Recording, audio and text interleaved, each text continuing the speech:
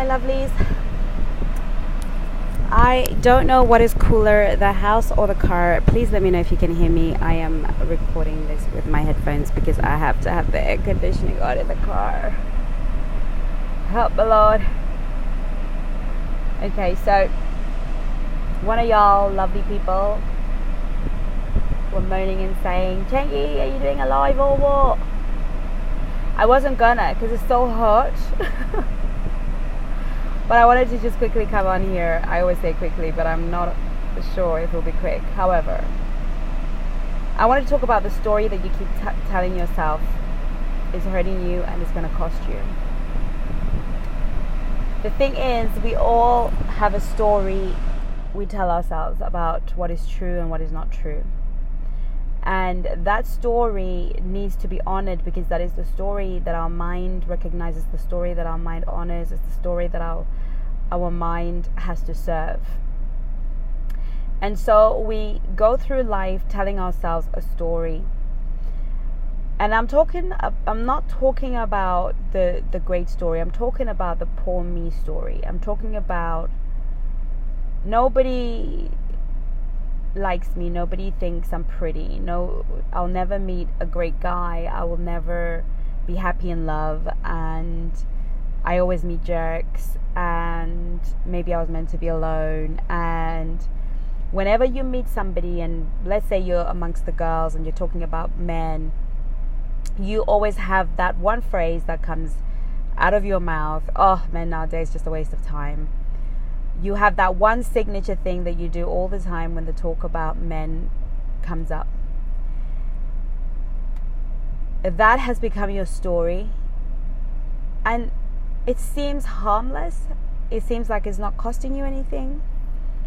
It seems okay to carry around this negative energy and this negativity about men, and the story about your past experiences and how your experiences are very, very important. But you don't understand that story is a story that you are rewriting and writing again and rewriting and writing again and rewriting and writing again.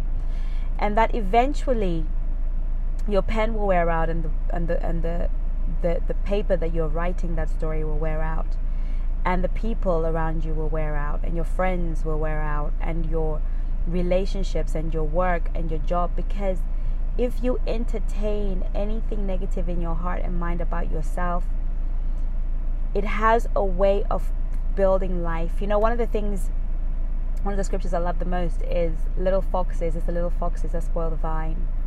And that's in Ecclesiastes. And it's talking about the small little things that we feel don't really have a big effect. We fear more the big elephant treading through our vineyards. We tread the big issues. But actually the big issues are not as dangerous as the little stories we tell ourselves. It's not the big stories. It's not the obvious issues. I'm divorced, or my partner died, or I got my heart broken. Those are not the biggest things that destroy you. The things that destroy you are the little stories you keep telling yourself over and over and over and over. The little stories that you tell yourself about being undeserving, unworthy. The little stories you keep telling yourself about why you will never be at the top of your game, why you will never lead, why you will never have the person and the things that you desire. Those little stories that sit in the back of your mind, looking harmless, looking like they won't do you anything, will ultimately one day develop into a cancer that will take your life. I used to have my pastor, those of you who know me, my pastor, who was my pastor for a very long time, since I was 18, died.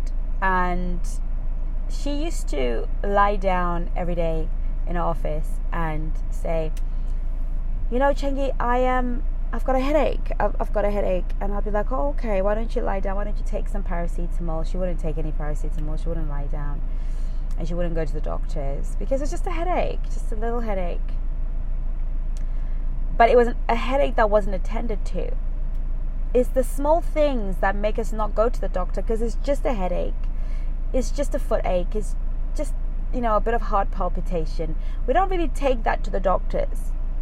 We don't take that to the doctors because it's just that I never tend to meet nice guys. It's just that I never seem to attract the right kind of men. It's just that every guy that I attract wants to use me. It's just that I don't think I'll ever find love. It's just that I'm too old now. It's just that I'm too broke. It's just that I've got too much. It's just that I'm intimidating. It's just that small little "it's just that" is what we tend not to attend to, because there's a way that we minimize that small thing. But like my pastor, she eventually realized one day when she fell over and keeled over that she had a brain tumor. That headache was a brain tumor. And had she just decided to go to the doctor and say, you know what, I'm having these migraines that just don't seem to stop. I've been having them constantly over a very long space of time. Could I have you check it out? It could be nothing, it could be something, but I'd love for you to check it out. What we don't do is we don't check the little stories we're telling ourselves in our head. We don't check those little thoughts. And then one day our life falls apart. We've lost everything. We've lost everyone. And we don't know when it happened. And it seems like we don't even know how to pick up the pieces. But that is because we don't realize that it was a small thing that was becoming a cancer. It's the little foxes eating away at the root of the vine, eating away at the vine, taking from the vine, running through the vine, disturbing the vine. And that is your power. That is your life. Your ability to process, make decisions is affected by the stories you keep telling yourself. So there's a scripture that says, let us hold every thought captive, every vain imagination captive that exalts itself above the knowledge of God. Let's hold captive. That means that when thoughts of despair and thoughts of I'm so unlucky in love and thoughts of I'll never meet the person that I want to meet, when thoughts of I will never be everything that God wants me to be, when those thoughts come, we're expected to hold them captive. We're expected to arrest them. We're expected to be aware, to be alert, and to hold those things captive. To say, that thought, I hold that thought hello, I notice you running through my head. I notice you coming out of my mouth. I notice you, and I hold you captive, and I reverse that confession. I change my words and I change my thinking.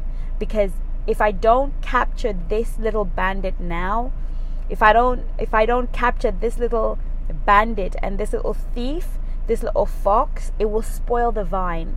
And one morning, the little foxes that I thought didn't matter, the little foxes, the little issues, the little nigglings, the little annoyances, the little stories, the little things that we were not paying attention to, when those little things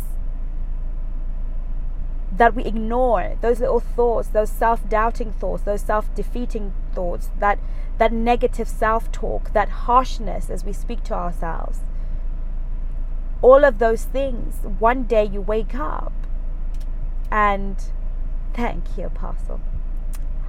One day you wake up and your world, the vineyard, is destroyed. The vineyard is in pieces. And that's why it says the little foxes. It's the little foxes that spoil the vine. It's not the big things. Sometimes we think, gosh, I'm losing out in love and in life and in business because of the big things that are not happening for me, or the big things that are happening to me. But it's the little things. It's the little jobs you didn't do. It's the little phone calls you didn't make. It's the little daily disciplines that you didn't do. It's the slight edge. There's a book called The Slight Edge that you just have to read. And he talks about how life derails through the slight edge. You don't go broke because of the big chunks of money you're spending. You go broke because of the little pennies that you're not watching. It's the little £3 out, £4 out, £2 out. It's always the little things that wear away and tear away at your money, because you don't watch those. You don't pay attention to those. They're just a little bit. They're just £5. They're just £2. But when you do your calculations at the end of the year, I'm getting ready for my taxes, and I collect all my receipts for everything. And I was thinking, right, I'm getting ready for my taxes, and all these receipts will be taken off my income tax bill.